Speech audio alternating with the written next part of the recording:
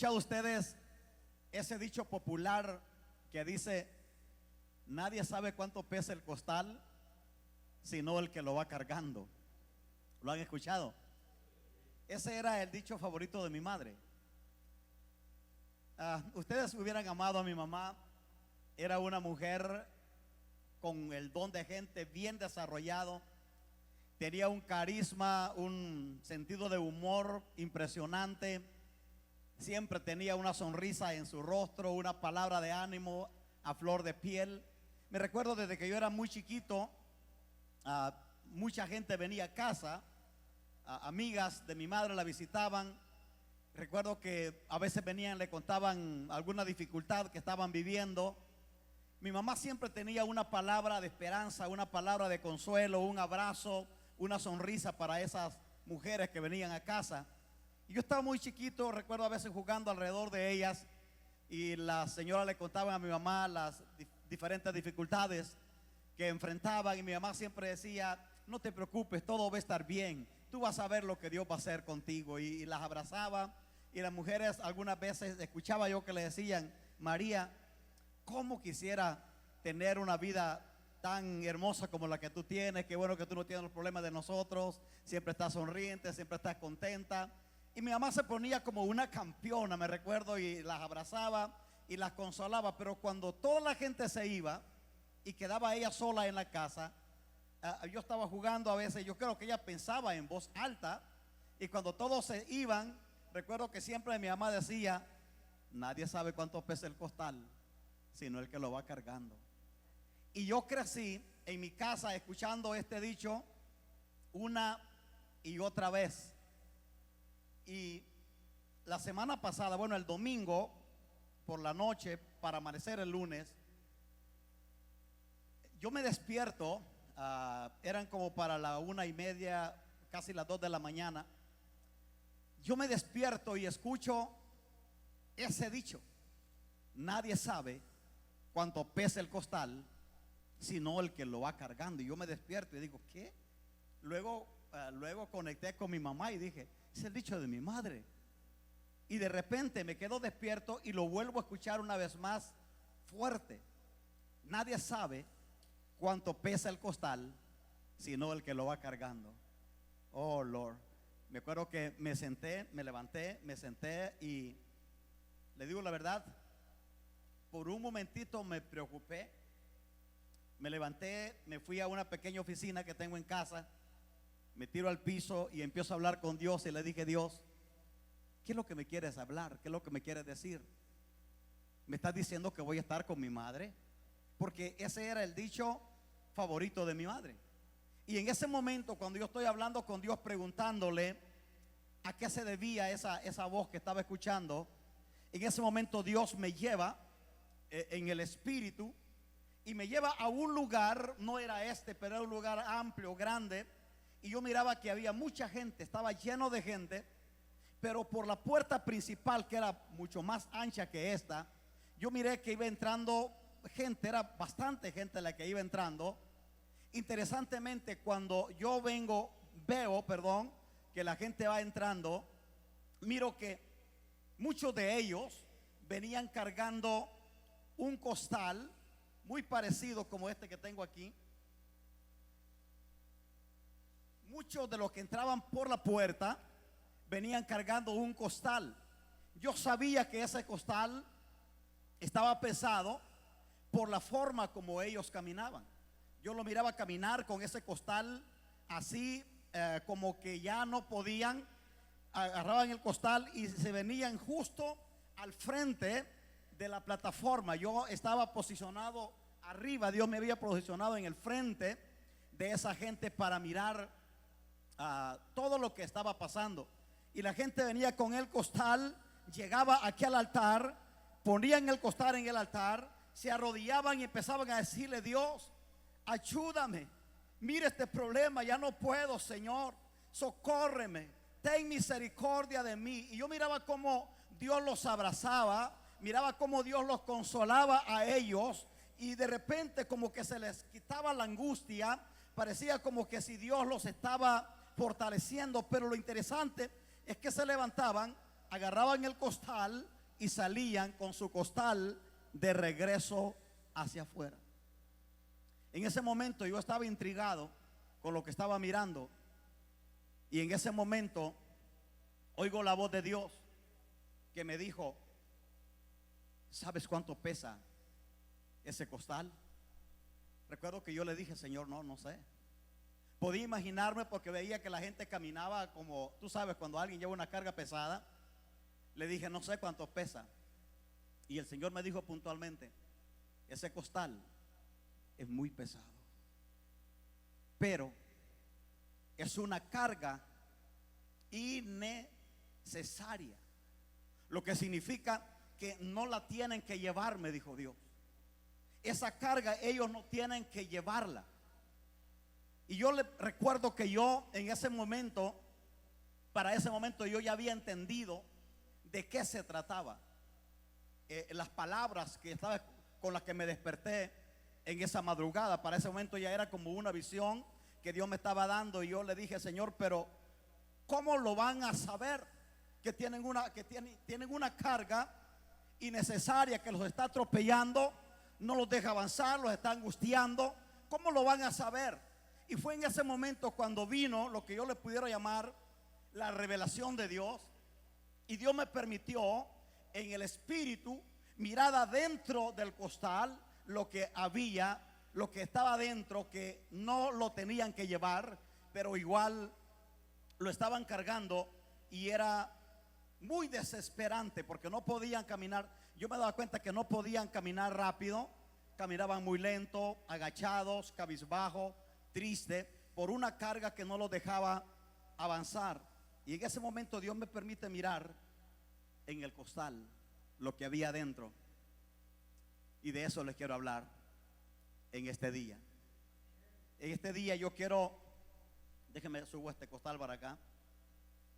En este día, con la ayuda del Señor, permítanme mostrarles qué hay adentro de este costal. Y sé, porque sé que Dios nos envía una palabra. Dios me envió una palabra a mí. A mí me confrontó ese lunes en la madrugada. Y yo sé que Dios nos envía una palabra también a cada uno de nosotros, porque a veces la vida nos carga de cosas que la verdad no son necesarias, pero igual las cargamos. Cargas que Jesús ya las llevó en la cruz del Calvario para que usted y yo no las carguemos, pero igual las seguimos cargando. Entonces, permítanme mostrarle estas cargas en la misma manera como el Señor me la mostró a mí. La primera carga que el Señor me mostró ese día fue esta. ¿Cómo dice? Temor. Temor de miedo. Que en la Biblia hay dos palabras para temor: temor de reverencia, pero este es un temor de miedo.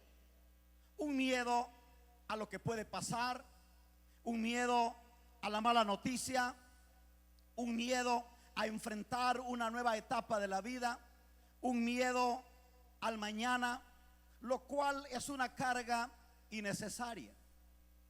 Interesantemente, Jesús siempre estaba diciéndole a sus discípulos acerca de no teman. Y sabe una cosa, la Biblia, los eruditos bíblicos están de acuerdo en que hay 365 veces en la Biblia la palabra no temas. ¿Casualidad? No. Lo que pasa es que Dios sabía y sigue sabiendo que íbamos a necesitar, usted y yo, un no temas para cada día. De ahí que tú escuchas al Señor diciendo: no temáis al que mata el cuerpo, pero al alma no le puede hacer nada. Jesús dice en Juan 14: no se turbe vuestro corazón ni tenga miedo. Le dice a sus discípulos en Lucas, Jesús le dice: no temáis, manada pequeña, porque a vuestro Padre le ha placido darles el reino. Amados, el temor paraliza tu fe. El Señor me lo marcaba tan fuerte ese día y me dijo: el temor paraliza tu fe. Un creyente lleno de temor no puede creerle a Dios, porque tiene en el frente de él la palabra de Dios, pero también en el frente de él tiene un problema, una amenaza, una adversidad, un diagnóstico contrario, un veredicto de un juez, un peligro, etcétera. Y ese temor le paraliza la fe. Déjenme les digo algo: el enemigo número uno de la fe no es la duda, es el temor. Porque el temor no nos deja avanzar. ¿Se acuerdan ustedes cuando Jesús iba con sus discípulos en el medio del mar? Eran hombres pescadores, hombres profesionales para navegar en alta mar. Y cuando hubo una tormenta, Jesús se presenta a ellos, pero no les dijo: ¿por qué tienen duda? No, les dijo: ¿por qué tienen miedo? Porque el miedo de los discípulos no les permitió saber o recordar que junto a ellos ahí en la barca estaba el Dios Todopoderoso, el que puso los mares en sus cauces, el Dios que gobierna el universo, el Dios que con una palabra lo cambia todo. A los discípulos se les olvidó en ese momento y Jesús les dijo: ¿por qué tienen miedo? Hermanos, el temor no nos deja avanzar. Y si vamos siendo honestos nosotros en este día, nos vamos a ir dando cuenta que a todos nos llega el temor. Oiga, si le atacó a Jesucristo el temor, ¿qué puede usted pensar de nosotros? Recuerdo esa madrugada, el Señor me llevó al capítulo 11 de Hebreos, que lo he leído bastantes veces, y mientras estaba ahí tirado en el piso hablando con Él, resonaba en mi mente el capítulo 11 de Hebreos. Me levanté, agarré la Biblia y lo leí completito, el capítulo 11 de Hebreos. Leí todos los héroes de la fe que están registrados en el capítulo 11 de Hebreos, y cuando yo los miro a ellos, miro gente con problemas como los nuestros, gente con debilidades como las nuestras, gente con diferentes cosas como las que nosotros enfrentamos. Pero cuando yo estoy leyendo el capítulo 11 de Hebreos, yo estoy tratando de percibir por qué el Señor me lleva a esa escritura que la conozco casi hasta de memoria. Y el Señor me preguntó esa madrugada y me dijo: ¿sabes por qué ellos están allí, registrados en el salón de la fama? Capítulo 11 de Hebreos se conoce en teología como el salón de la fama. Están los héroes, los hombres y mujeres que enfrentaron dificultades pero las vencieron. Y el Señor me dijo: ¿sabes por qué están allí? Y yo le dije: por la fe. Dice la Biblia que es por la fe. Dijo: sí, por la fe, pero ellos caminaban livianos. Ellos no llevaban cargas que no tenían que llevar. Ellos caminaban livianitos, tenían que llevar. La única carga que ellos llevaban era predicar el evangelio. La única carga que ellos llevaban era cumplir lo que Dios les había dicho. Ellos no llevaban cargas innecesarias. Ellos no llevaban temor. Esa gente salió a predicar el evangelio sin temor a nada, aún hasta perder la vida. Ellos, me dijo el Señor, caminaron livianos, no llevaron cargas. Y yo sigo leyendo todo el capítulo 11 de Hebreos, y de repente me paso al capítulo 12. Y cuando voy leyendo el capítulo 12, el versículo 1, vea lo que dice: por tanto. Esta palabra por tanto es como el puente que une el capítulo 11 con el capítulo 12 de Hebreos. Y dice el escritor: por tanto, nosotros también. Lo que quiere decir también, igual que aquellos, lo del capítulo 11. Nosotros también, teniendo en derredor nuestro tan grande nube de testigos. ¿De qué testigos está hablando el Señor?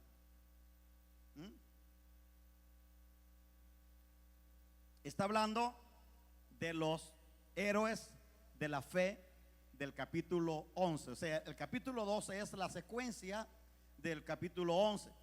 Después que ha hablado de Sansón, de Barak, de Jefté, de David, de Samuel, de los profetas, de Noé, de Moisés, de Abraham. Ahora dice el escritor: por tanto, nosotros también, teniendo en derredor nuestro tan grande nube de testigos, oiga usted, despojémonos de todo peso, no de pecado, porque añade de todo peso, y del pecado, lo que significa que el pecado es una cosa, pero el peso innecesario es otra cosa. Y dice el escritor: despojemos de todo peso y del pecado que nos asedia, y corramos con paciencia la carrera que tenemos por delante. El temor no es pecado. No es pecado que usted tenga miedo, pero el temor es una carga que paraliza la fe, que no nos deja avanzar, que no nos deja creerle a Dios. Y luego vamos a buscar en el costal también otra preocupación. ¿Qué es preocupación? La palabra preocupación es una palabra compuesta. Pre, que quiere decir antes de, y ocupación. O sea, preocupación es ocuparme de cosas que no están sucediendo, preocuparme de cosas que ni siquiera van a suceder. Mire, le voy a dar un dato que lo busqué en una enciclopedia y es un dato confiable. El 90% de las cosas por las que usted y yo nos preocupamos no van a pasar, no van a suceder. Así lo dicen los psicólogos, los estudiosos. 90% de las cosas por las que nosotros nos desvelamos, perdemos el sueño, no comemos, etcétera, nos enfermamos, no van a pasar. Hace, creo, unos 5 o 6 años nos tocó conocer el caso de una joven de apenas 30 años de edad. Su abuela de ella murió de cáncer de mama. Su mamá de ella murió de cáncer de mama. Y a ella le tocó acompañar a su hermana mayor a una cita de doctor. Y el doctor le halló una pequeña bolita en uno de sus senos. Y le dijo: esta bolita está un poco sospechosa, parece como si fuera cáncer.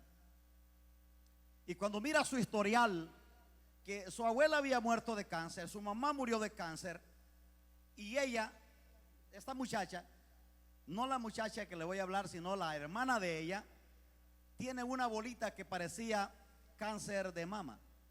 El doctor le dijo: tienes que tener mucho cuidado, cuida esa, mantente pendiente de esa bolita, porque hay mucha posibilidad que tú puedas tener cáncer de mama.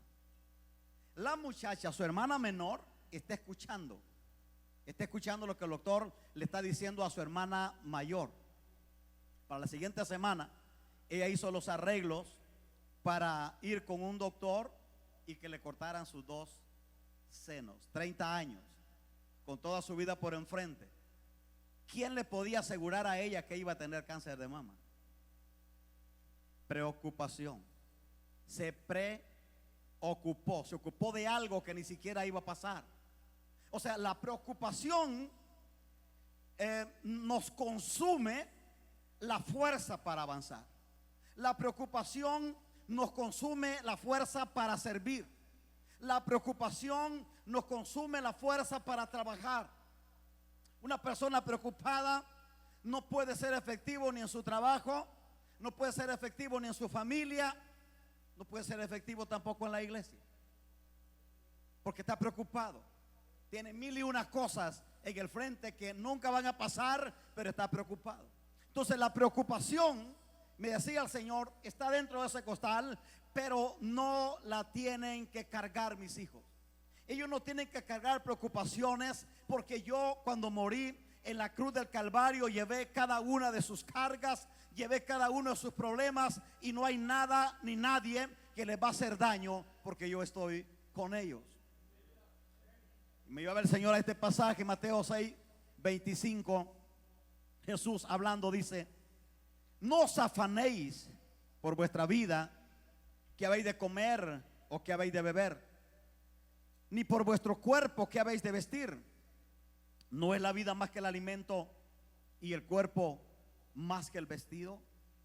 Hermanos, la preocupación está paralizando ministerios, está paralizando familias, está arruinando vida, ministros, y llevando a la gente a vivir un caos emocional donde no pueden avanzar porque le roba la fuerza, ya no hay fuerzas para seguir. Y luego vamos a ver qué más había en el costal. ¿Por dónde anda?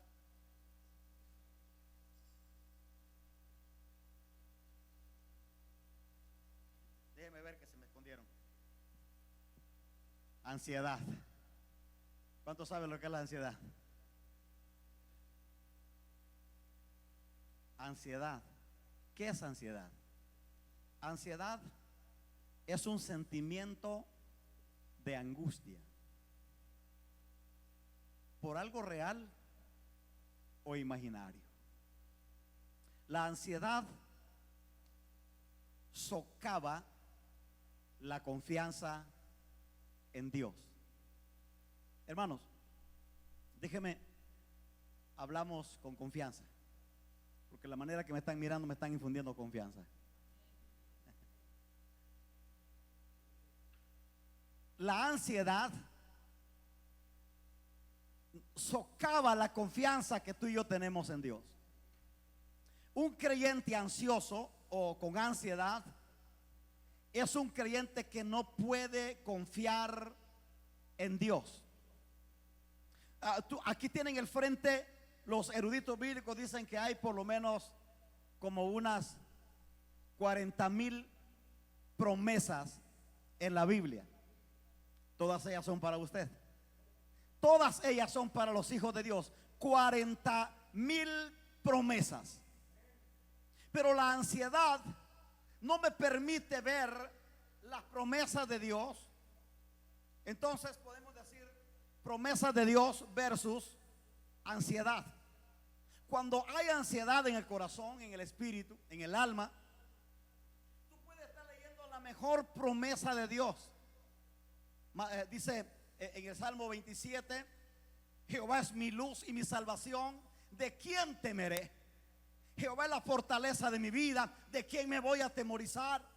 Cuando se juntaron contra mí los malignos, mis angustiadores, para comer mis carnes, todos ellos tropezaron y cayeron. Aunque un ejército acampe contra mí, no temerá mi corazón. Aunque contra mí se levante guerra, yo estaré confiado. Pero la ansiedad no te permite creer esa palabra. La ansiedad dice: sí, sí, Dios dijo eso, pero la ansiedad siempre tiene un pero para decir: es que necesito arreglar esto, necesito solucionar este problema. La ansiedad, hermanos, socava nuestra confianza en Dios. Les digo algo: la ansiedad hoy por hoy está matando más gente en los Estados Unidos y en el mundo, más gente que el cáncer y el SIDA. El alto porcentaje de personas que están muriendo por ansiedad es más alto que los que están muriendo por cáncer y SIDA juntos. Ansiedad también se conoce como el famoso estrés, ¿verdad? Que yo siempre digo, ya algunos ya no es estrés el que tienen, es como es 4, es 5. El famoso estrés: estoy estresado. ¿Por qué? No sé, pero estoy estresado. Ansiedad. Mire, tenemos 3 pesos, no peso de dinero, pero peso de carga, que son innecesarios. Se puede leer desde allí. El temor, la preocupación y la ansiedad son cargas innecesarias que no nos deja avanzar. Fíjese que ya con esos 3 que le saqué, el costal Ya el costal, usted puede caminar con el costal, puede hacer hasta una carrera, pero ahorita lo vamos a vaciar y va a quedar completamente vacío, porque hay aquí otras cargas que el Señor me mostraba que los creyentes están mirando. Mire, les quiero hacer algo. No estoy hablándoles de nada que ustedes no sepan. No le estoy enseñando así un gran misterio que viene, no. Le estoy enseñando cosas cotidianas de la vida, pero que por alguna razón nosotros las andamos cargando y se nos olvida que alguien ya las cargó por nosotros en la cruz. Amén. Dice la Biblia en el libro de Isaías, capítulo 53, que Él llevó sobre su cuerpo nuestros pecados, nuestros dolores, nuestras enfermedades, nuestras preocupaciones. Entonces, Él ya cargó para que usted y yo no carguemos con estas cosas. Y vamos a ver qué más tenemos acá. Uy, agárrese de la silla. ¿Se puede leer desde ahí? Relaciones tóxicas. Todos sabemos lo que es una relación tóxica, ¿verdad? Relaciones tóxicas. Hermanos, las relaciones tóxicas vampirizan tu energía. ¿Entendemos la palabra? Yo la conozco perfectamente bien porque viví en el rancho desde que nací hasta los 17 años. Y me recuerdo cuando íbamos a veces con mi papá a los terrenos de pasto a mirar el ganado. De repente encontramos un becerrito que tenía aquí en el mero cuello, tenía todavía un chorrito de sangre, que el poquito que le había quedado, pero el becerrito estaba así, estaba tirado y estaba muriéndose porque le había sacado toda la sangre un vampiro. Entonces, las relaciones tóxicas te vampirizan tu energía. Es como un vampiro que le saca la sangre al becerrito y lo deja ya casi muriéndose, sin fuerza para avanzar. La relación tóxica vampiriza tu fe, vampiriza tu energía, vampiriza tu confianza en Dios, vampiriza tu gozo, vampiriza tu ganas de servir, tu ganas de alabar a Dios. A ver, vamos siendo honestos acá. ¿Saben ustedes lo que le estoy hablando? ¿Alguna vez se ha puesto a hablar con alguien por teléfono y que cuando usted cuelga el teléfono lo que le queda es una aflicción en el espíritu, una incomodidad en el espíritu? Siente algo diferente, siente que algo malo ha pasado o va a pasar porque le vampirizó su energía espiritual. Hermanos, yo no sé de usted, pero a mí me cuesta mantenerme en pie sirviendo al Señor. A mí me cuesta lágrimas, me cuesta oración, me cuesta todo, mantenerme conectado al corazón de Dios, para perder lo hermoso que Dios me ha dado, no más por una relación tóxica. De esto hemos hablado toneladas de este púlpito, pero si el Señor me habló esa madrugada de esto, es porque hay gente que está siendo vampirizada, su fe, su energía, por una relación tóxica. Y el Señor me llevaba a una palabra que está en Primera de Corintios, capítulo 15, versículo 33. Dice el Señor, dice el apóstol Pablo: no se dejen engañar. Estoy leyendo la traducción en lenguaje sencillo. No se dejen engañar. Bien dice el dicho, que las malas amistades echan a perder las buenas costumbres. La Reina Valera dice: no erréis, las malas conversaciones corrompen las buenas costumbres. Me gusta esta versión, lenguaje sencillo, porque dice: no se dejen engañar. Bien dice el dicho, que las malas amistades echan a perder las buenas costumbres. Amados, no te dejes vampirizar tu fe, tu gozo, tu energía de servirle a Dios. Ahora déjeme, vamos más profundo en esto, porque aquí es donde la cosa se pone interesante. El apóstol Pablo dice, 1 Corintios 5, en el 9 dice: no se junten con los fornicarios, dice el apóstol Pablo. Pero luego como que ratifica, dice, pero no con los fornicarios del mundo, porque entonces tendríamos que salir del mundo. Entendemos eso, ¿verdad? Usted trabaja rodeado de gente que usted no sabe ni qué rollo. Pero el apóstol Pablo dice, no se junten con los fornicarios. Dice, pero no con los fornicarios del mundo, porque entonces tendríamos que salir del mundo. O como que dice, los tenemos que morir, reírnos del mundo. Pero dice en el versículo 11, más bien os escribí, dice el apóstol Pablo, 5:11 de 1 Corintios, que no os juntéis con ninguno que, llamándose hermano, fuese fornicario, avaro, idólatra, maldiciente, borracho, ladrón. Con el tal, oiga esto usted por favor, con el tal ni siquiera comas, y aunque te invite una carne asada. Oh my God. Hermanos, yo no sé si esta palabra te sacude a ti. A mí me sacude. Esta palabra me sacude. Porque si algo le está haciendo daño a la iglesia, son las relaciones tóxicas.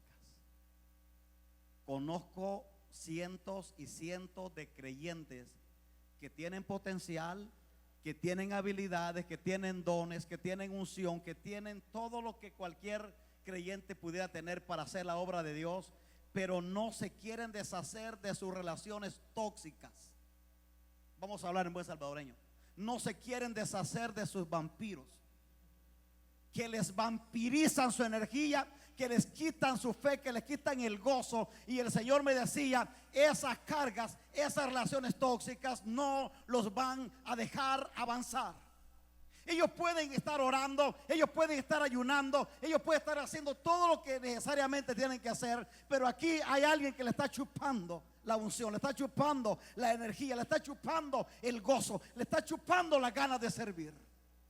Y dice Pablo, con esos que llamándose hermanos, no te juntes, ni siquiera para comer. Oh boy. Yo quiero que usted ya de una vez, porque aquí no estamos tirando patadas al aire, aquí estamos hablando una palabra puntual que viene del corazón de Dios.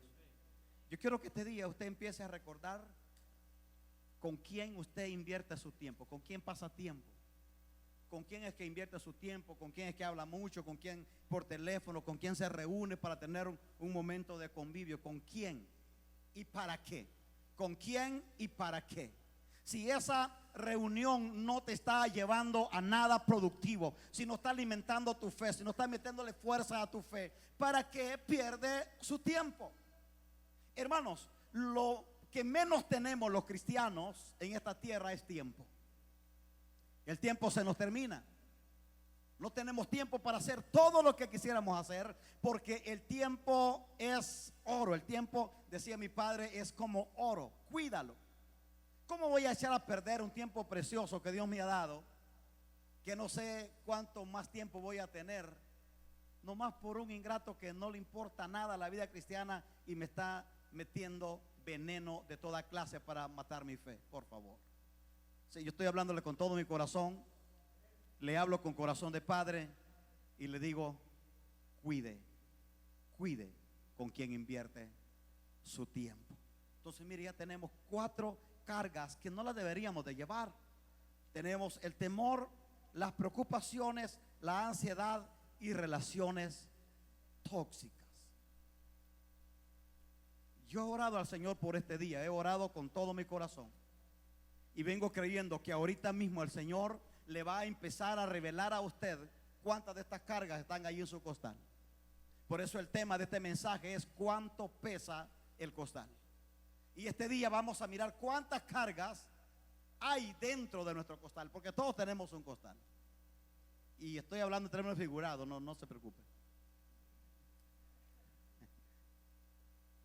Vamos a seguir buscando en la bolsa.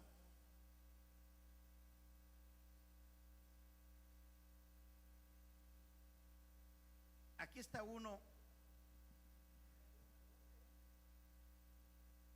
Este salió más grande porque este está cardíaco.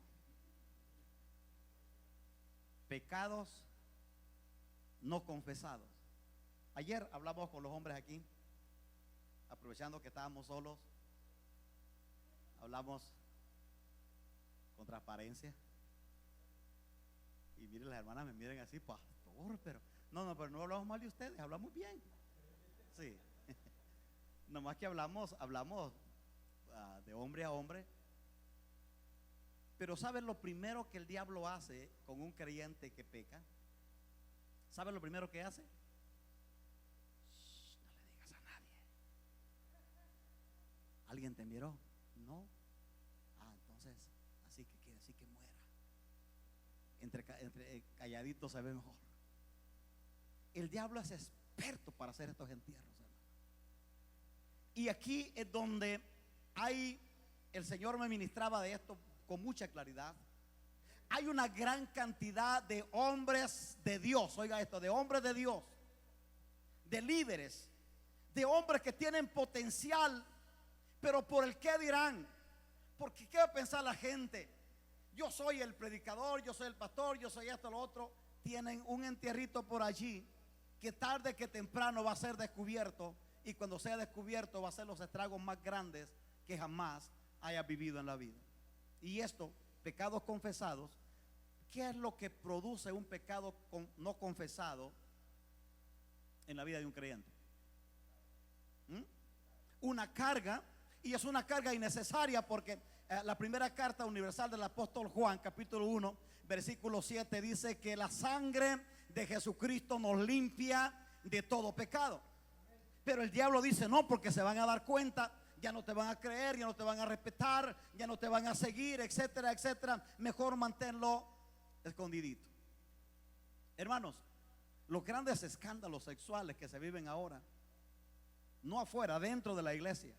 Gente que tiene 3, 4, 5, 7 años en pecado y ministrando y haciendo las cosas bien. Una señora me dijo el otro día, pastor, pero mire cómo lo usa el Señor. Ve cómo lo usa el Señor a ese fulano. Y yo sabía que estaba en pecado, yo lo sabía. Y dijo, pero ¿cómo puede ser? Mire cómo lo usa. Le dije, no se preocupe porque lo use. El Señor usó una mula. Y después de que la usó, siguió siendo mula. No cambió. ¿Qué es lo que produce un pecado no confesado en la vida del creyente? Te cierra el cielo. Oiga esto usted, por favor. Un pecado no confesado te cierra el cielo. Yo no sé de usted, pero yo no quisiera vivir con cielos cerrados. Porque lo que implica esto es que si tienes el cielo cerrado, no va a haber comunicación directa entre tú y el cielo, entre yo y el cielo. Hermanos amados, necesitamos tener la vía directa. ¿Cuál es la línea directa para el cielo? Jeremías 33:3. Clama a mí y yo te responderé y te mostraré cosas grandes y ocultas que tú no conoces. Pero un pecado no confesado te cierra el cielo. Oiga usted, no me lo estoy inventando, oiga la palabra del Señor. Juan capítulo 9, versículo 31. Este pasaje está brutalmente fuerte. Se lo voy a leer de la traducción en lenguaje sencillo. Dice Juan 9:31. Sabemos, dice el apóstol Juan, sabemos que Dios no escucha a los pecadores. Oh my God. Dios no escucha a los pecadores, pero sí Él escucha a los que lo adoran y le obedecen. La única oración que Dios escucha de un pecador es la oración del arrepentimiento. Cuando él se arrepiente y le pide perdón a Dios, y entonces el cielo se le abre y él puede pedir todo lo que quiera. Pero si hay pecado escondido de cualquier clase que sea, el cielo está cerrado. La Biblia dice, Dios no escucha a los pecadores, pero si alguno confía en él y le obedece, a ese escucha. ¿Estamos bien hasta aquí? Mire lo que dice Proverbios 28:13: el que encubre sus pecados no prosperará, pero el que lo confiesa y se aparta, ese alcanza la misericordia del Señor. Amados, no nos conviene tener pecados escondidos. Es mejor pasar un momento de vergüenza en esta tierra y no ser avergonzado por la eternidad enfrente de Dios, porque un día tú y yo vamos a estar enfrente del mismo Dios todopoderoso y soberano, y delante de Él dice su palabra que estamos desnudos. Hermano, ¿qué le puedo presumir al Señor si Él me conoce al desnudo? ¿Qué le puedes presumir tú al Señor si Él conoce tu entrar, tu levantar? Dice la Biblia que aún todavía no ha salido la palabra de nuestra boca, pero Él ya la sabe. A Él no puedo presumirle nada. Entonces nos conviene mejor alinearnos al corazón de Dios, que es su palabra, y dejar que la palabra de Dios saque y haga a un lado de mi vida todo esto que nos puede estorbar. Esa madrugada yo terminé anotando todo esto, tirado al piso, llorando, pidiéndole perdón a Dios, porque la verdad, a veces pensamos que el evangelio, que la vida cristiana es fácil. Yo le decía a mi esposa ayer, le digo, qué tremendo que la gente dice, oh, la vida cristiana es fácil. Fácil, sí, nomás alá y se va, como dicen. Pero cuando tú tienes que demostrar que eres un hijo de Dios, aunque tiemble, aunque truene, aunque se levante el infierno, aunque venga la amenaza más fuerte para tu vida, tú tienes que demostrar que el que está contigo es más poderoso y que nada ni nadie te va a desviar o a quitar la fe, la esperanza que tienes en Dios. Eso es el cristianismo.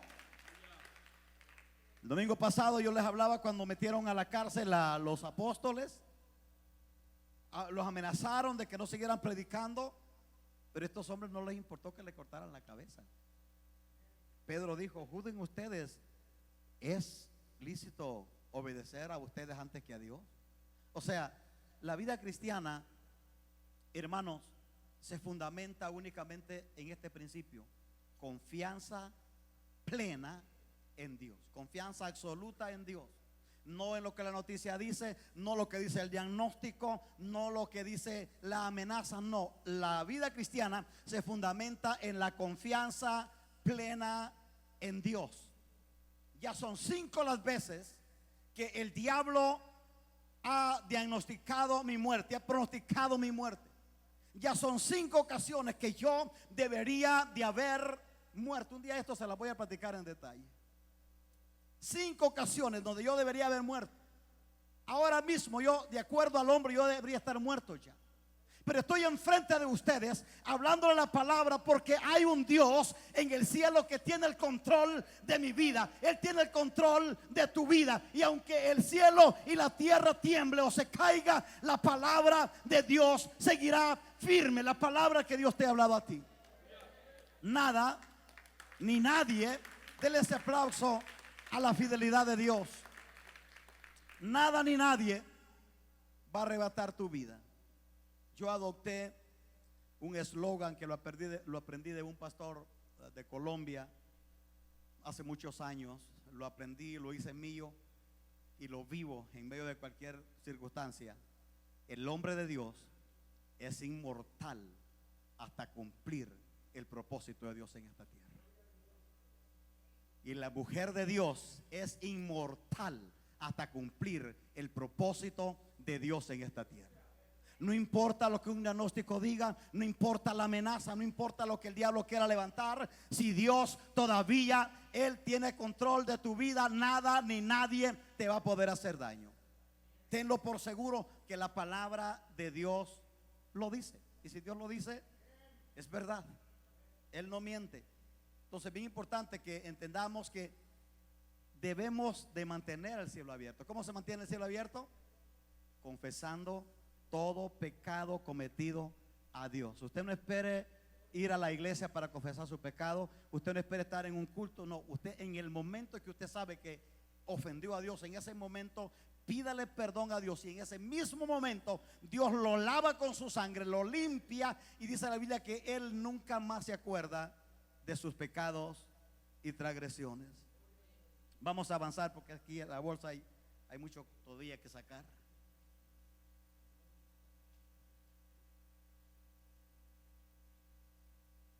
¿Qué dice ahí?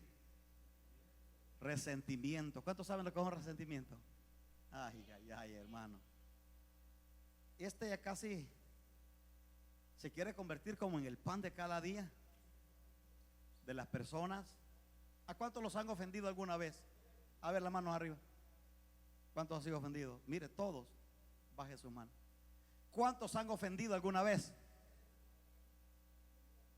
Yo los quiero felicitar a ustedes porque a veces nosotros pensamos que la gente nos ofende y nos hacemos la víctima y pensamos que nosotros somos como la Madre Teresa que nunca ofendemos a nadie, ¿verdad? Pero cuando pensamos en que también nosotros somos tremendos y ofendemos a la gente, ¿verdad? El resentimiento es una de las artimañas más brutales que tiene el diablo para detenernos. ¿Por qué? Porque, hermanos, el resentimiento es tan fácil para meterse en la vida de un creyente, y entre más consagrado esté el creyente, más fácil es que le llegue el resentimiento. Porque dice, pero que mira que yo soy bien buena onda, yo no le hago mal a nadie, yo soy aquí, que casi parezco un ángel, pero ¿por qué me ofendieron? Entonces el resentimiento lo ataca más cuando el creyente está haciendo lo mejor para Dios y ese ofendido lo ataca. Porque si fuera cualquiera, dijera, no, pues a lo mejor me merezco, ¿verdad?, que me ofendan. Pero cuando tú sabes que estás haciendo lo mejor, que te estás consagrando, que estás orando, que estás ayunando, que te estás portando bien, como me dijo una señora el otro día, pastor, ya ni siquiera grito en la casa. Cuando sabes que estás haciendo lo mejor, pero igual te ofenden, el resentimiento es más fácil para atacarnos. El resentimiento, hermanos, mata el gozo de servirle a Dios. El resentimiento te mata el gozo de servirle a Dios. ¿Alguna vez ha mirado a un creyente resentido usted? No quiere servir. Dice, no, porque la última vez que serví nadie me dijo gracias. La última vez que hice algo, como que la gente no le importó ni cuenta se dieron. Y luego el pastor bien distraído. Dele gracias a Dios que tiene un pastor distraído, ¿eh? Resentimiento. Pero el resentimiento no solamente mata tu gozo, el resentimiento te lleva a odiar. Oiga esto, por favor. El resentimiento te lleva a odiar a tu hermano por el cual Cristo murió en la cruz. Hermano, le estoy hablando de algo fuerte. El resentimiento te lleva a odiar.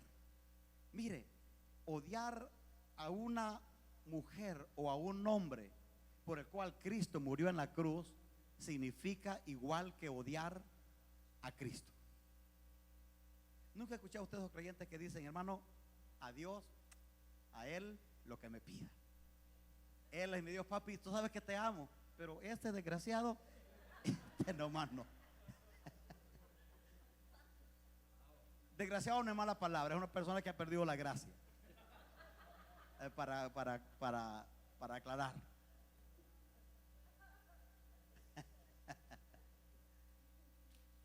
¿Les ha tocado alguna vez a ustedes escuchar algo así? Ahora, hermano, al diablo le conviene que estemos resentidos. ¿Por qué? Porque si estamos resentidos, número uno, vamos a perder el gozo. Un creyente resentido sirve, pero sirve a regañadientes, como dicen, ¿verdad? Hace las cosas pero a empujones. Tienes que empujarlo, tienes que contarle el cuento de la Caperucita Roja, tienes que llevarlo de la mano, tienes que hacer mil y una cosas para que lo haga porque está resentido. Ay no, porque me van a ofender otra vez. Te mata el gozo, pero lo peor es que hace que odies a tu hermano.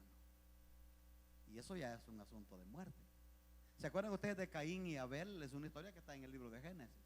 Vaya que eran hermanitos estos, como decía mi madre, del mismo costal, ¿verdad? O sea, eran hermanitos, pero un día Caín llevó una ofrenda a Dios. Yo he escuchado predicadores que dicen que le llevó unas frutas podridas. No es cierto, la Biblia no dice eso. No dice que le llevó frutas podridas, le llevó una ofrenda a Dios. Y Abel, dice la Biblia, que le llevó lo más gordo. Agarró el becerrito más gordo, para que mire que Dios ama lo gordo. Él le llevó el becerrito más gordo y se lo presentó al Señor. Pero a mí me llama la atención que dice la Biblia que Dios miró con agrado la ofrenda de Abel, pero miró con desagrado la ofrenda de Caín. Bueno, no le voy a decir por qué Dios lo miró con desagrado, porque ese no es el mensaje de hoy. Pero eso produjo un resentimiento brutal en el corazón de Caín. Y Caín dijo: uy, mira, Dios tiene favoritos. Él, a mi hermano sí, parece como que le gustó la ovejita, pero mi frutita con tanto gozo que la había trabajado, etcétera. Y se enojó con su hermano, pero no solamente se enojó, no solamente perdió el gozo de darle al Señor, de sembrar en el reino de Dios, de servir. No, él agarró un odio contra su hermano, lo invitó el siguiente día a cazar. Vamos a cazarlo, igual al campo, pero el plan de él era matarlo. Mató a su hermano. Caín mató a su hermano, y usted conoce la historia bíblica, todos los estragos que eso produjo. ¿Por qué? Por el resentimiento. Entonces, el resentimiento, hermanos, es más mortal de lo que nosotros podemos pensar. Usted se va a dar cuenta que hay gente que dice: hermano, ¿estás enojado? No, no más resentido. Como que si hubiera diferencia entre enojado y resentido. Resentido es peor todavía. ¿Sabe que usted se puede enojar, patalear, brincar y lo que sea y no está resentido? Porque el enojo es parte de nuestra emoción. De hecho, yo pienso a veces cuando mi esposa, ya pasamos un buen rato y no discutimos para nada, y le digo: ¿los morimos nosotros o qué? Sí, porque hace falta una discusioncita de vez en cuando, porque si no, como que la cosa se pone muy tediosa en la casa. Es bueno discutir, porque luego ahí viene la reconciliación y toda la cosa, ya, ¿me entiende? El resentimiento te mata el gozo de servir, de trabajar para Dios. Ahí está la historia en Génesis 4, los primeros 5 versículos de Caín y Abel. Pero por el otro lado miramos otro hombre en el capítulo 50. Bueno, comienza el capítulo 37, pero 10 capítulos de Génesis, los últimos 10 capítulos, la historia de José. Dígame qué no le hicieron a José. Entonces, ¿por qué le menciono esto? Porque ¿qué es lo que José tenía que usted no tiene? Usted tiene más de lo que José tenía. Porque José, número 1, no tenía una Biblia. Número 2, José no tenía el Espíritu Santo adentro como lo tiene usted. O sea, si José pudo vivir sin resentimiento con sus hermanos, que cuando estos ingratos se le pararon al frente, ellos pensaron que los iba a matar, y vaya que hubiera sido bien merecido si los matan, porque mire todo lo que le hicieron al muchacho. Sin embargo, José se para enfrente de ellos y le dijo: no tengan miedo, ni les pese haberme vendido como esclavo, porque para preservación de vida Dios me envió enfrente de vosotros. Hermano, eso solamente lo puede hacer un corazón que no tenga resentimiento. Un corazón que tenga resentimiento, déjenme, lo bajamos del tercer cielo y hablamos aquí en blanco y negro. Cuando tú estás resentido con alguien, que de aquí para allá ustedes parece como que no se resienten, pero voy a hablar de mí mejor. Cuando estoy resentido con alguien que me hizo algo feo, algo mal, estoy resentido, y de repente a este ingrato le va mal, le pasa algo mal, ¿cuál es el primer pensamiento que llega a la mente?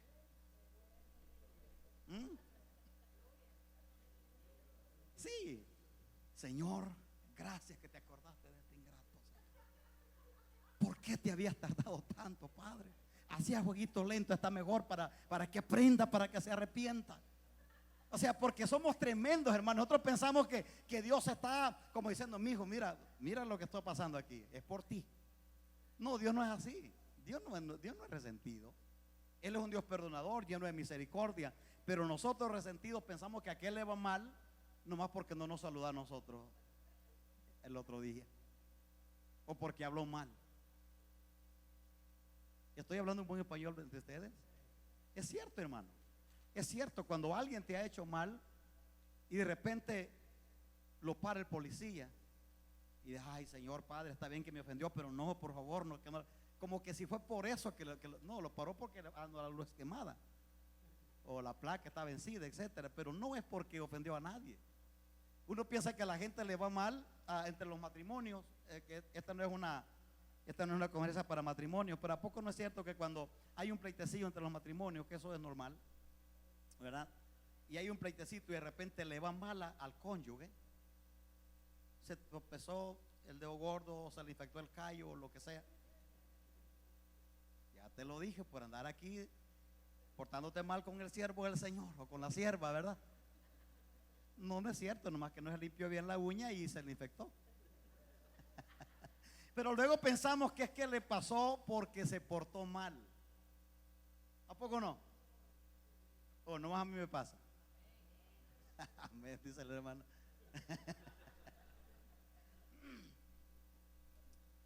Ay. Mejor pasemos a la parte que les va a gustar. Ya casi termino.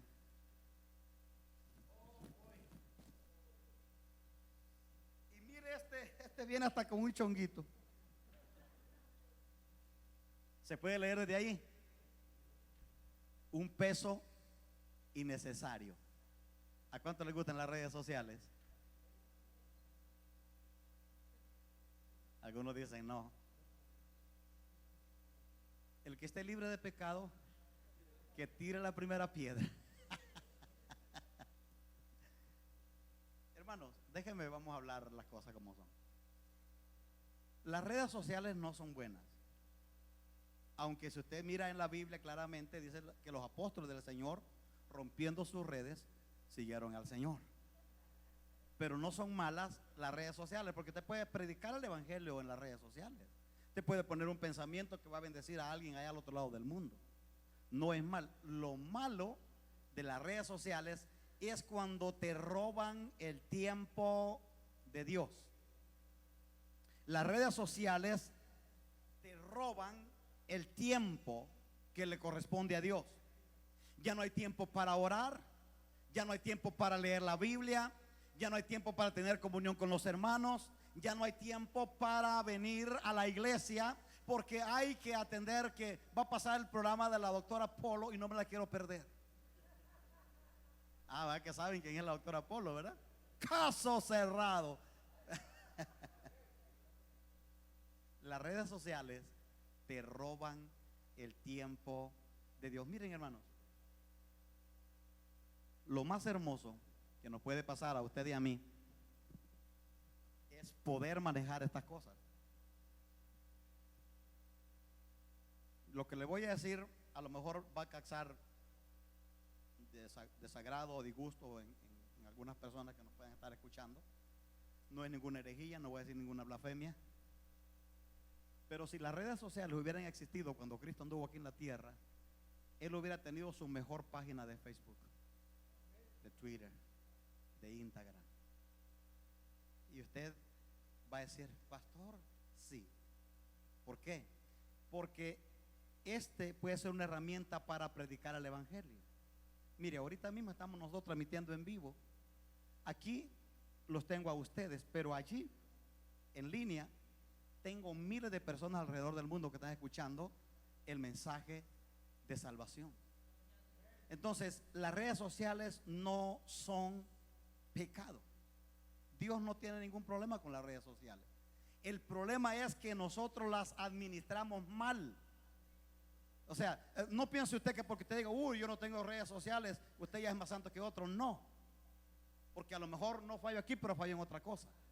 O sea, la cosa es cómo maneja su red social, la maneja para darle gloria a Dios, la maneja para predicar el evangelio, la maneja para llevarle ánimo a una persona, o la maneja nomás para contar sus debilidades, porque hay gente que su consejero, su psiquiatra, su psicólogo es el Facebook.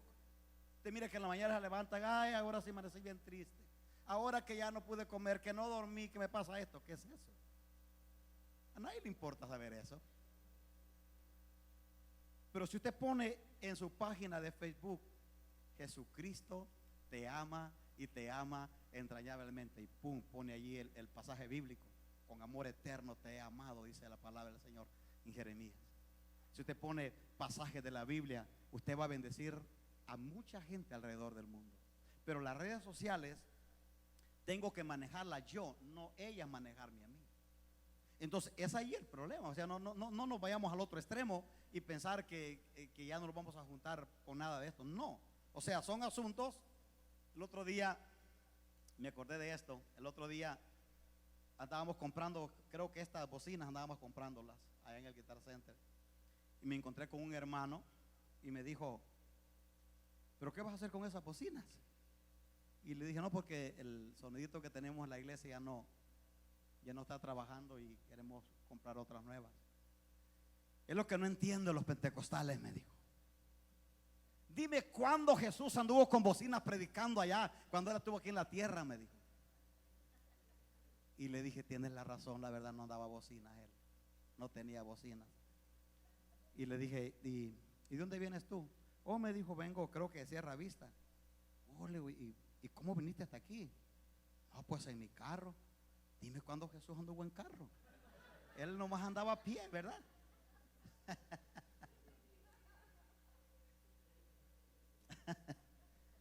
Cuando bien le iba, lo montaron en un burrito, pero lo demás a pie, caminaba por las aldeas. Dice que caminaba por todas las aldeas, días enteros caminando, predicando el evangelio. O sea, tenemos que aprovechar lo que tenemos para Dios, pero las redes sociales te roban el tiempo de Dios cuando no las puedes manejar. Ya no puedes orar, no puedes leer la Biblia, no puedes consagrarte, no puedes ni pasar tiempo con la familia. El otro día fuimos con mi esposa cuando su cumpleaños a comer, y estaba una mesa que estaban celebrando el cumpleaños de una señora. Habían su esposo y 5 muchachitos celebrando su cumpleaños, habían globos y todo, que happy birthday mama y toda la cosa. Y miren, cuánto llegaron, cada quien se sentó y se pusieron con el celular a jugar con el celular. Y nosotros, le digo a mi esposa, mira qué tremenda esta familia, como están celebrando. Y estaba cada uno, todos con su celular. De repente, después como de media hora, se empezaron a ir. Y la señora, la festejada, era la más tremenda, y estaba jugando en su celular. No se dio cuenta que su esposo y sus hijos se habían ido. Y nosotros aquí muertos de risa. Le digo a mi esposa, no se da cuenta la señora. Y de repente cuando despierta dijo, y le hablaba, creo que a su esposo, mencionaba un nombre. Y luego dice, ¿ustedes no vieron para dónde se fueron los muchachitos y mi esposo? Sí, ya se fueron hace media hora, le dije yo. ¿Y usted? No, si ando con ellos también en el carro. Aquellos estaban afuera, me imagino, riéndose, que ella ni cuenta se dio que su familia se fue en su celebración de cumpleaños. Hermano, las redes sociales te roban el tiempo de la familia, te roban el tiempo de tus hijos, de tu esposa, te roban el tiempo para orar, para leer la Biblia. O sea, no me mire así como, uy, mire el pastor que religioso. No, vayamos siendo honestos, a ver cuánto tiempo dedicamos leyendo la Biblia y cuánto tiempo en las redes sociales. Ahí dejémoslo. Dice el apóstol Pablo, le dice a Timoteo, capítulo 2 y el versículo 4 de la segunda carta: ninguno que milita se enreda en los negocios de la vida. Oiga, ninguno que milita se enreda en los negocios de la vida a fin de agradar a aquel que lo tomó por soldado. Usted y yo somos soldados del mejor ejército, más poderoso, el ejército de Dios. Entonces no debemos de enredarnos en los negocios de la vida y no andar con cargas innecesarias. Mire que estaba cargada el costal este, ¿verdad? Estaba cargado y todavía falta uno. Todavía falta uno aquí, el último. ¿Qué dice aquí? Incredulidad es una carga innecesaria. La incredulidad, oiga esto usted por favor, la incredulidad le ata las manos a Dios para que te bendiga. La incredulidad le ata las manos a Dios para que te bendiga. Mire, hermanos, Dios está presto para bendecirnos.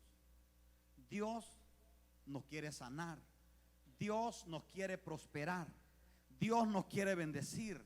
Dios quiere que nuestra familia esté bien. Dios quiere que tengamos salud, que tengamos gozo, que tengamos todo lo que necesitamos. Pero con incredulidad Dios no va a poder hacer lo que Él quiere hacer en nosotros. Y no me mire así, porque aquí está en la Biblia. Dice Santiago capítulo 1 versículo 6. Está hablando acerca del que pide dudando. Dice Santiago: pero pida con fe, no dudando nada, porque el que duda, oiga esto usted, porque el que duda es semejante a la onda del mar, que es arrastrada por el viento y echada de un lugar a otro. Y el versículo 7 es crucial. No piense pues quien tal haga que recibirá cosa alguna del Señor. Ahora déjeme claro eso, porque lo miré como que me puso triste. Incredulidad no es lo mismo que duda. Quiero aclarar eso, porque a veces uno dice: uy, con esa duda que venía ahora. Incredulidad no es lo mismo que duda. Duda, todos tenemos duda. De repente, ¿verdad? Bueno, nomás a mí me pasa, a ustedes no, pero todos en alguna ocasión sentimos duda por algo. La duda es normal. No quiero decir que esa debe de ser la manera que vamos a vivir, pero la incredulidad, esta sí es pecado, y esta detiene la mano de Dios para bendecir. Se lo voy a comprobar con la Biblia. La incredulidad detiene la mano de Dios para bendecirte. Marcos capítulo 6 versículo 5 y la primera parte del versículo 6. Oiga lo que dice, hablando de Jesús. Jesús fue a predicar a su misma tierra, a su propia tierra, como que usted vaya a su terruño querido, ¿verdad? A su pueblo querido. Jesús fue a su propia tierra natal, donde él había crecido. Y dice: y no pudo hacer allí ningún milagro. Oiga usted, Jesús, no le estoy hablando de Pedro, no le estoy hablando de Juan, no le estoy hablando de ninguno de los apóstoles. Jesús, el Hijo de Dios, que nada era imposible para él. Jesús dijo: toda potestad me ha sido dada en el cielo y en la tierra. Jesús tenía el poder para hacer cualquier cosa. Pregunto, ¿por qué no pudo hacer milagros en Genezaret? Aquí lo dice la Biblia. Dice: y no pudo hacer ningún milagro, salvo que sanó a unos pocos enfermos poniéndole las manos sobre de ellos. Y la primera parte del versículo 6 dice: y estaba asombrado. Ese asombro que es para mal, ¿verdad? Estaba asombrado de la incredulidad de ellos. Amados, si Jesús, nuestro amado Jesús, el Dios todopoderoso, el Dios creador, que sin él no se creó nada de lo que existe, no pudo hacer milagros en su propia tierra por la incredulidad de sus hermanos y todos los que lo conocían, ¿cómo usted y yo podemos obtener un milagro de Dios con incredulidad?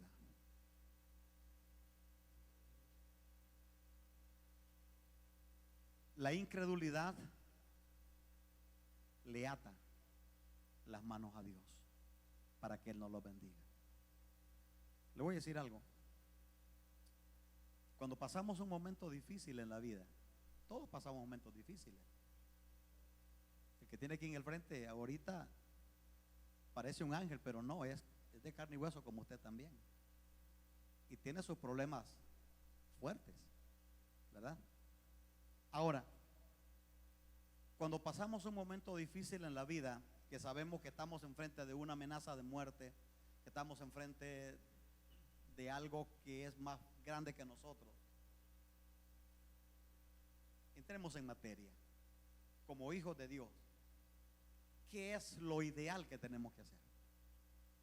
Ayúdenme, estoy terminando aquí, pero ayúdenme. ¿Qué es lo ideal que tenemos que hacer? Mire qué livianito quedó el costal. ¿Qué es lo ideal que usted y yo tenemos que hacer como hijos de Dios cuando una crisis toca nuestra puerta? Cuando hay una mala noticia, cuando hay un diagnóstico contrario, ¿qué es lo ideal que tenemos que hacer? Confiar, creer en Dios. ¿Cómo digo? Aceptarlo. Ok. Aceptarlo y buscar a Dios apasionadamente. Le voy a decir un par de cosas que son ideales y poderosas cuando una crisis toque tu puerta. Cuando un emisario del infierno toca tu puerta, puede ser un diagnóstico, puede ser una mala noticia, puede ser un veredicto, puede ser un problema financiero, puede ser un problema familiar, etcétera. Cuando una crisis toque a tu puerta, en ese momento tienes que levantarte, tienes que entender que no estás solo y que Dios está contigo para darte la victoria. Pero en ese momento levántate y acércate lo más que puedas al corazón de Dios. Refuerza tu vida cristiana. Si tú orabas 1 hora, pues ahora vamos a orar 2 o 3. Si tú de repente no ibas casi a la iglesia, ahora voy a ir cada vez que estén reunidos los hermanos, porque no hay nada más poderoso que cuando te juntas con los hermanos, con el pueblo de Dios que habla la misma fe. Me recuerdo que en una ocasión que fue una de esas veces que el Señor me regaló la vida otra vez y estaba en una amenaza de muerte brutal. Hablé con un buen amigo mío, pastor, y él me dijo: pastor, es tiempo que actives. Ahora activa a todos los hombres de Dios que conozcas, hombres que sabes que están cerca de tu corazón, gente con la que puedas confiar. Háblales, activa los más personas que actives, orando a tu favor va a ser mejor. Y yo lo hice. Yo tomé un día y empecé a hablar a todos mis amigos que yo sé que les puedo confiar o hablar, y empecé a hablarles a todos. Mire, en 3 días yo tenía la victoria. Entonces, pero cuando viene una crisis, cuando una crisis golpea tu puerta, cuando hay una mala noticia, pero tú dices: no, pues de nada me sirve orar, mira que Dios, ahora que estaba haciendo las cosas mejor, es cuando ya no está, ya no, ¿para qué? Ya no tiene caso ni que vaya a la iglesia, no tiene caso que ore, que ayune. Amén, dice el diablo. Así que te quería mirar.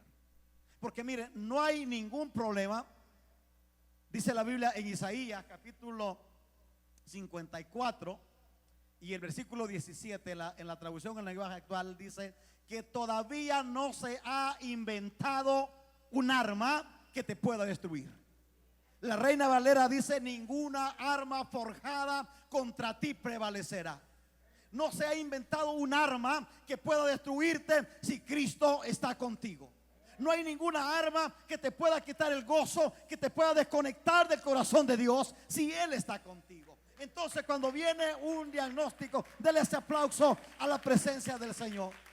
Cuando viene un diagnóstico contrario, yo tengo que apegarme al corazón de Dios, juntarme más con los hermanos. Mire, hermanos, el hecho de estar juntos esta mañana aquí, para mí es el regalo mejor que puedo recibir este día. El verlos a ustedes, el adorar a Dios juntos, el mirar su sonrisa, el estrecharle su mano, para mí eso tiene un valor incalculable. O sea, mire, a mí me ha tocado venir a esta casa. No es fácil decírselo como pastor, pero me gusta ser transparente. A mí me ha tocado venir a esta casa, como a veces digo jugando: si no fuera el pastor, yo no fuera. A veces con problemas fuertes, dificultades fuertes, casi arrastrando, como yo digo, ciego. Pero en cuanto vengo acá, los miro a ustedes, los abrazo, los saludo, un Dios te bendiga. Eso me inyecta fuerza. Hermano, cuando una crisis toque tu casa, tu puerta, no te aísles. No te aísles, busca la comunión con Dios, busca la comunión con los hermanos, busca a alguien en quien puedas confiar. No estoy diciendo que le cuente a todo el mundo y que lo ponga en las redes sociales lo que le está pasando, no.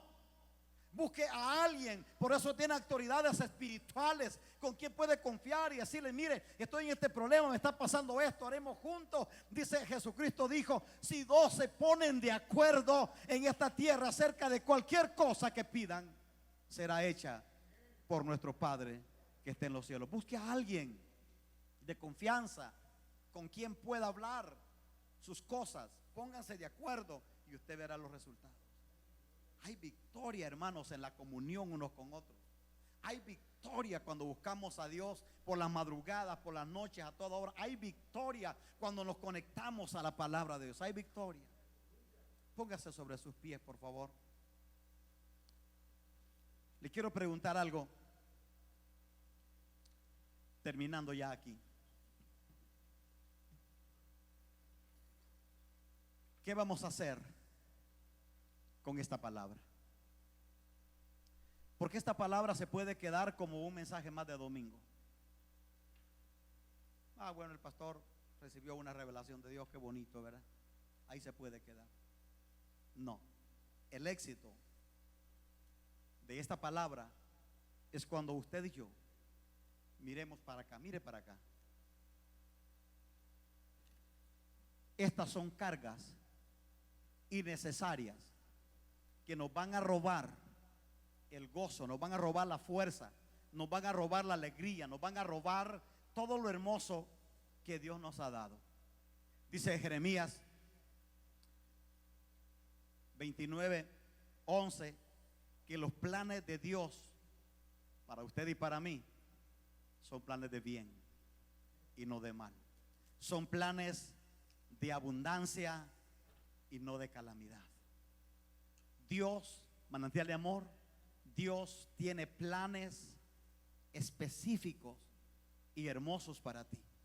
Dios quiere bendecir tu casa, Dios quiere bendecir tu vida, Dios quiere bendecir tu ministerio, Dios quiere levantarte a un nivel donde Él ya lo soñó desde la eternidad. Él quiere llevarte al lugar donde tú vas a mirar la gloria de Dios en tu casa, la gloria de Dios en tu ministerio, la gloria de Dios en tu familia. Dios quiere que hoy, este día, usted y yo, si nos identificamos con cualquiera de estas cargas que están acá, que son cargas innecesarias, si nos identificamos este día, decirle: Señor, ahora renuncio a toda esta carga. Y aquí va la palabra que Dios me dio final en ese día.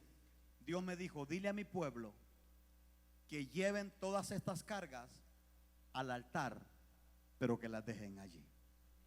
Ya no las vuelva a tomar para su casa. Este día vamos a venir a este altar con todas estas cargas. Si usted se identifica con alguna de estas, y dejarle en este altar, decirle: Señor, renuncio al temor, renuncio a la tristeza, renuncio a la preocupación, renuncio a todo lo que está aquí, pero ya no volverlo a tomar, ya no volver a llevárselo a su casa, porque el Señor este día nos va a liberar de una manera sobrenatural. Se lo estoy diciendo de parte del corazón de Dios. Hoy, cuando usted y yo salgamos por esa puerta, vamos a salir livianos, como lo del capítulo 11 de Hebreos. Vamos a salir, hermanos, determinados para hacer la obra de Dios. Cuando tú andas sin ninguna carga, tú puedes correr, tú puedes avanzar, tú puedes hacer todo lo que Dios te mande a hacer. Pero cuando andas con carga no puedes avanzar, porque apenas se puede con esa carga como para querer lleva la carga de alguien más. Y yo quiero, cierra tus ojos un momentito, ahí usted está. Yo quiero que me ayude a orar por la gente linda que nos está mirando allá en su casa. Sé que así como a nosotros allá, a ellos también Dios les está enviando una palabra. Dios sabe las aflicciones, las dificultades que estás viviendo. Yo quiero dirigirte esta palabra en el nombre de Jesús.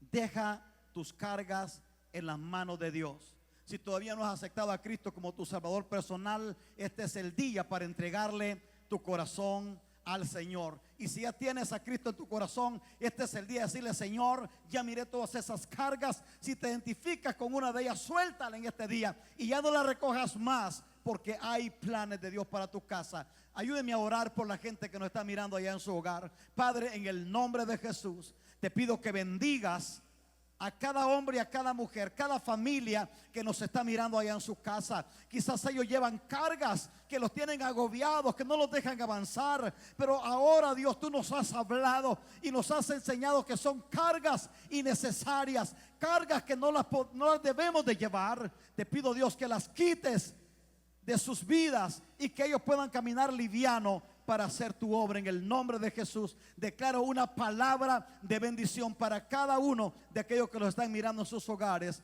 En el nombre de Jesús, que la gloria de Dios sea con ustedes y que el Señor les bendiga. Denle un aplauso de alabanza a la palabra del Señor.